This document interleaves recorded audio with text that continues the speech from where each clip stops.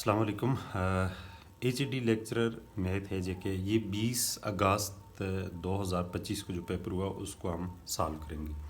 उसका जो पहला क्वेश्चन है कहता है विच of the following sets form group under standard matrix multiplication. उधर कोई चार ऑप्शन थे, उन चारों में से एक बी ऑप्शन जो था वो करेक्ट था, वो मुझे लगा। क्यों?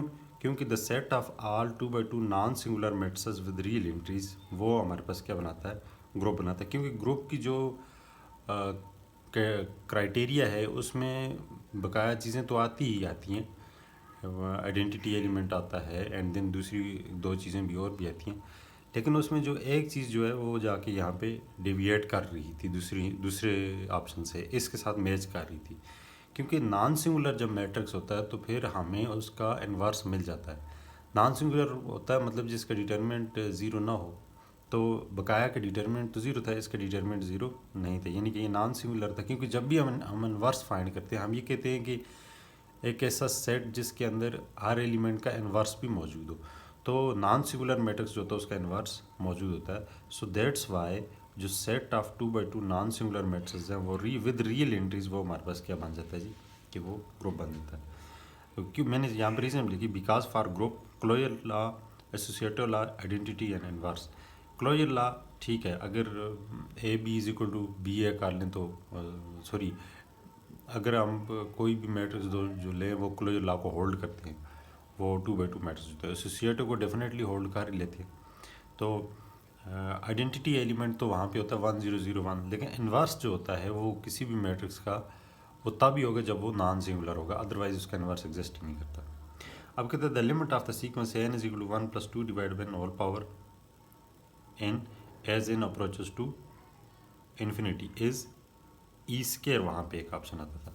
ये मैथमेटिक्स सेकंड ईयर का, उसमें ये एक आइडेंटिटी इस तरह से, सॉरी एक लिमिट का ये एक तरीका वहाँ पे दिया हुआ था। वो कुछ इस तरह से था कि अगर limit n approaches to infinity और 1 + x डिवाइडेड बाई नो और इसका रेसिप्रोकल इसकी पावर में मौजूद है, तो वो हमेशा e पावर x हो जाता है। इसका रेसिप्रोकल यानी कि x डिवाइड बाई n, इसका reciprocal n divide by x, तो ये हमारे पास क्या हो जाता है जी, e पावर x। तो यहाँ पे फिर n डिवाइड बाई 2 हो जाएगा। तो इधर अगर हम ये लिख देते हैं कि क्या लिखते हैं कि ला आगे आ जाएगा e पावर 2 आ जाएगा, स्केयर आ जाएगा, क्योंकि स्केयर लेंगे तो ये कैंसिल हो जाएगा 2, क्योंकि यहाँ पे n है, यहाँ पे n डिवाइड बाई 2 तो नहीं है, इसलिए n है तो स्केयर आ जाएगा। डिनोमिनेटर अगर हम 2 लाते हैं वो 2 मल्टीप्लाई भी करेंगे, तो ये 2 मल्टीप्लाई किया, ये वाली चीज़ तो इधर सेटिस्फाइड हो रही है, लेकिन 2 जो है वो उसकी पावर में चला जाएगा। सो इसका जो करेक्ट ऑप्शन है वो ई स्केयर है। थर्ड वन कहता है if a is a 3 by 3 matrix with determinant of a is equal to 5, what is the determinant of 2 है। यानी कि उसने ये कहा हुआ अगर आपके पास एक मैट्रिक्स है वो 3 by 3 है, यानी कि उसकी रोज़ भी 3 और कॉलम भी 3 है, उसका अगर आप डिटर्मिनेंट लें तो वो 5 आ जाता है। तो अगर उस मैट्रिक्स के साथ 2 मल्टीप्लाई कर दीजिए तो उसका डिटर्मिनेंट क्या होगा। तो ये हमारे पास एक सिंपल सा फार्मूला है जिसे हम फाइंड आउट करते हैं कि हम जब भी किसी भी मैट्रिक्स का डिटर्मिनेंट फाइंड करते हैं, अगर उसके साथ कोई एलिमेंट मल्टीप्लाई हो रहा है तो हम उसकी एलिमेंट की पावर n ले लेते हैं और उसका डिटर्मिनेंट ले लेते हैं। यानी कि n यहाँ पे जो है वो उस मैट्रिक्स का आर्डर है, और यानी कि 3 by 3 मैट्रिक्स है तो उसका आर्डर 3 है। सो k जो है यहाँ पे 2 है। So n is equal to 3, n हमारे पास क्योंकि 3 है, so sense 2 power 3 multiply by 5 is 8 5 40 हो जाएगा, तो ये हमारे पास आंसर 40 वाला ऑप्शन करेक्ट था। कहते हैं the differential equation y double prime plus 4y prime plus 4y is equal to 0 has the general solution of the form. इसका जनरल सोल्यूशन क्या बनेगा, तो हम सबसे पहले इसकी करेक्टरिस्टिक इक्वेशन बनाते हैं, वो बनती है d square plus 4d plus 4 is equal to 0। अगर हम इसको देखें तो ये फार्मूला ओपन होगा, ये बनता है। इसको हम सॉल्व करें तो डी की वैल्यू 2 आती है। Roots are repeated. अब रूट्स देखें ना, एक भी 2 -2, तो क्योंकि पावर ये क्वाड्रेटिक इक्वेशन 2 रूट्स आने चाहिए, तो एक -2 तो दूसरे भी डेफिनेटली -2 ही होगा, तो ये रिपीटेड है। सो हमारे पास आंसर आ जाएगा C1 + C2 दो मतलब आ जाएगा x, 2 के साथ x आ जाएगा, e पावर -2x आ जाएगा। तो ये ऑप्शन वहाँ पे एक बी जो था वो करेक्ट था। In a metric space XD which statement is always for open sets. Open set के लिए क्या होता है, the union of any collection of open set is open.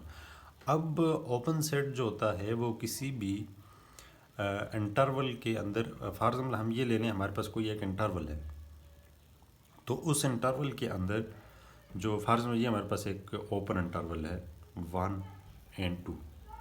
तो पहली तो बात यह है कि इसका कोई भी एलिमेंट उस वक्त ओपन सेट हो जाएगा कि इसके अंदर जितने भी हम ओपन सेट लेंगे, जितने भी एलिमेंट लेंगे ओपन सेट लें। ओपन सेट ये होता है कि इस यहाँ पे अगर हम क्लोज बॉल लें, उस बॉल के अंदर कोई भी एलिमेंट जो हो उसका डिस्टेंस जो हो एक्स से, तो वो हमेशा इसके रेडियस से कम होना चाहिए, तो वो हमारे पास एक बन जाता है ओपन सेट बन जाता है। तो इधर से हम जितने भी ओपन सेट लेंगे वो सब के सब क्योंकि इस रेडियस के इस स्फेयर के अंदर ही पाए जाएंगे, तो स्फेयर के अंदर जितने भी इसके सेट होंगे उनका अगर हम कलेक्शन लेंगे, उनका हम यूनियन लेंगे, तो वो हमारे पास हमेशा ओपन सेट ही होगा, कभी क्लोज नहीं होगा, इधर से बाहर नहीं जाएगा। इसके अंदर जितने भी एलिमेंट लेंगे, इन शॉर्ट ये समझ लीजिएगा। Residue of function f of g is equal to e power g divide by g cube at g is equal to 0 is 1/2 आता है। ये सॉल्व करने पे 1/2 आ जाता था, क्योंकि यहाँ पे हम इसको मैक्लॉरेन सीरीज से सॉल्व करते थे, तो वो करके डिवाइड बाई 3 करते थे, तो 1/2 आंसर आ जाता। What is the order of the permutation of group इस 4 की 24 आता है, क्योंकि 4 आ गए तो 4 फैक्टोरियल आ जाता, तो 4 × 3 × 2 × 1 दैट इज इक्वल टू 24। तो ये इस तरह से 24 आ जाता था। नेक्स्ट है integral 0 to π/2 sine of cube of x d x as. अब हम इसको एक तो आसान सा तरीका है, integral 0 to π divided by 4 sine of x into 1 - cos of square of x. ये भी आसान सा मेथड है, इधर से भी हो सकता है। इंटीग्रल आपने ख़त्म करना होता है, लेकिन यहाँ पे ट्रिपल एंगल आइडेंटिटी अगर लगा लें तो वो हमारे लिए ज़्यादा आसान रहेगी। तो साइन ऑफ 3x जो हमारे पास होता है 3 sin x - 4 sin cube x, तो इसको उठा के हम लेफ्ट साइड पे ले आए, sine 3x - 3 sin x is equal to -4 sin cube x. तो ये साइन इधर चेंज कर देगा, इसका साइन प्लस, इसका साइन माइनस, और ये 4 जो इधर मल्टीप्लाई आके डिवाइड हो जाएगा।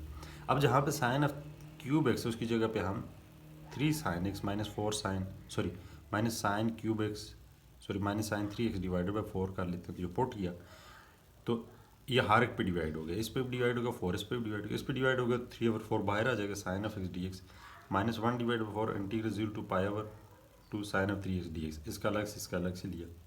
अब साइन का इंटीग्रल काज होता है, माइनस काज होता है, तो इधर भी cause of 3x divide by 3 आ जाएगा। अब ये वाला माइनस इसको तो प्लस कर देगा, लेकिन ये 3 और ये 4 12 हो जाएगा, यहाँ पे 1 होता है। तो हम upper limit minus lower limit इधर भी पुट करते हैं, upper limit minus lower limit इधर भी पुट करते हैं। यहाँ पे -1 आता है, यहाँ पे -1 आता है, ये माइनस इस माइनस को प्लस कर देगा, ये प्लस इस माइनस को माइनस कर देगा। सो 12 और 4 के एलसीएम 12 आता है, और 9 - 1 किया तो ये 8 divide by 12 that is equal 3 divide by 4। वो जो आंसर है ये वाला करेक्ट है। विच of the following is a field? The set of rational number is field. Rational number का जो सेट है वो फील्ड बन सकता है, क्योंकि मल्टीप्लिकेशन एंड एडिशन के हिसाब से वो सब ला होल्ड कर ले आ रहा होता है। अगर आप फील्ड की प्रॉपर्टीज़ को पढ़ें तो उसमें ये सब चीज़ें ऐसे ही। The gradient of a scalar field phi of x y z is equal to x square y plus z at the point 1 2 3 is. तो पॉइंट उसने ये दिया हुआ है, और वो जो स्केलर फील्ड दिया हुआ है वो कहता है इसका ग्रेडियंट क्या होगा। तो ग्रेडियंट जो होता है किसी भी स्केलर फील्ड का, वो एक वेक्टर होता है, और जो कि उसका पार्शियल डेरिवेटिव होता है। तो पार्शियल डेरिवेटिव हम लेते हैं, पार्शियल डेरिवेटिव क्या होता है, उसी फंक्शन का एक दफ़ा एक्स के हिसाब से लो, प्लस वाई के साथ प्लस जी के हिसाब से। तो हमने ले लिया, तो एक्स के हिसाब से जब लेंगे तो ये तो कंसीडर हो जाएगा कांस्टेंट, और यहाँ पे आ जाएगा 2x और वाई उसके साथ। इससे जब हम लेंगे वाई के हिसाब से तो ये भी कांस्टेंट कंसीडर होगा, तो एक्स स्क्वायर आ जाएगा। इधर से जब हम डेरिवेटिव ले लेंगे तो जी वाला सिर्फ वेरिएबल कंसीडर होगा, बकाया कांस्टेंट, तो ये 1 आ जाता है। तो ये हमारे पास बन जाता है 2xy एक्स स्क्वायर एंड 1। तो अगर इन पॉइंट्स के ऊपर देखें तो ये 1 बन जाता है 2 × 1 मल्टीप्लाई, यानी कि जहाँ पे x उसकी जगह 1 रखें, जहाँ पे y है उसकी जगह 2, और जहाँ पे z उसकी जगह पे 3, ये आ जाता 4, और यहाँ पे 1 का स्क्वायर 1 ही आता है, और 1। तो ये 4 आए प्लस j प्लस के, क्योंकि ये वेक्टर है तो वेक्टर की फॉर्म में लिखेंगे, उसको पोजिशन वेक्टर की फॉर्म में। अब कहते हैं a function if from r to r is continuous but not differentiable at x is equal to 0 which of the following could be f of x. तो फंक्शन कौन सा होगा फिर? वहाँ पे कोई 3-4 फंक्शन दिए हुए थे, f of x is equal to x square, f of x is equal to sine of x, f of x is 1 divide by x, और उन्हें एक ये वाला फंक्शन भी था, f of x is equal to mod of x, modulus value of x. अगर हम देखें ये फंक्शन कंटिन्यूस तो है, यहाँ पे जंप एंड होल्ड तो किसी जगह भी नहीं आता ग्राफ के ऊपर, लेकिन at x is zero but not differentiable at x, क्योंकि जब हम लेफ्ट हैंड लिमिट लेते हैं तो वो -1 आती है, राइट हैंड लिमिट लेते हैं तो +1 आती है। तो इस वजह से ये जो है ये इस क्राइटेरिया को सेटिस्फाइड करा जो उसने क्वेश्चन में दी हुई।